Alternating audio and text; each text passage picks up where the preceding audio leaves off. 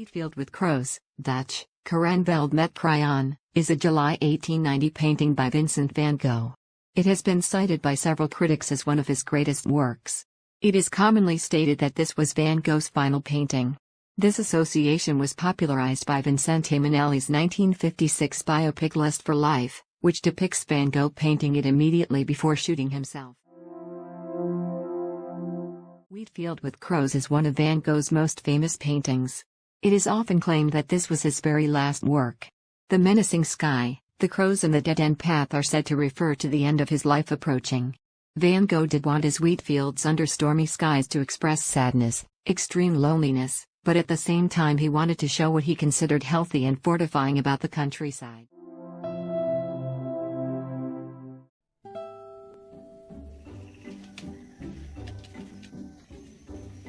Everyone knows crows are smart. They recognize faces, they can make and use tools. But how smart, and how do they learn? That's where one of Aesop's fables comes in. It's the one about a thirsty crow that dropped stones in a pitcher in order to raise the water level so it was high enough to get a drink. Seems unlikely. But in fact, experiments have shown that New Caledonian crows, once they're trained to pick up and drop stones, which is not something they do a lot in the wild, can figure out this problem pretty quickly. They use the stones to raise the water level to get a piece of floating food. Some other kinds of birds can do this too, and humans, once they reach about age 5. In this latest set of experiments, the crows showed some new tricks. They picked out sinking over floating objects to raise the water level, and solid over hollow objects. They didn't do well with wide versus narrow tubes, and if part of the whole tube apparatus was hidden, then they weren't able to figure it out.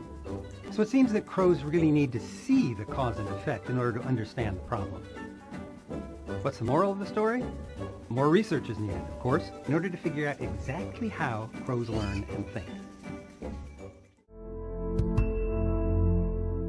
Vincent van Gogh, born March 30, 1853, Zundert, Netherlands, died July 29, 1890, Auvers-sur-Oise, near Paris, France, Dutch painter, generally considered the greatest after Rembrandt van Rijn, and one of the greatest of the post-impressionists.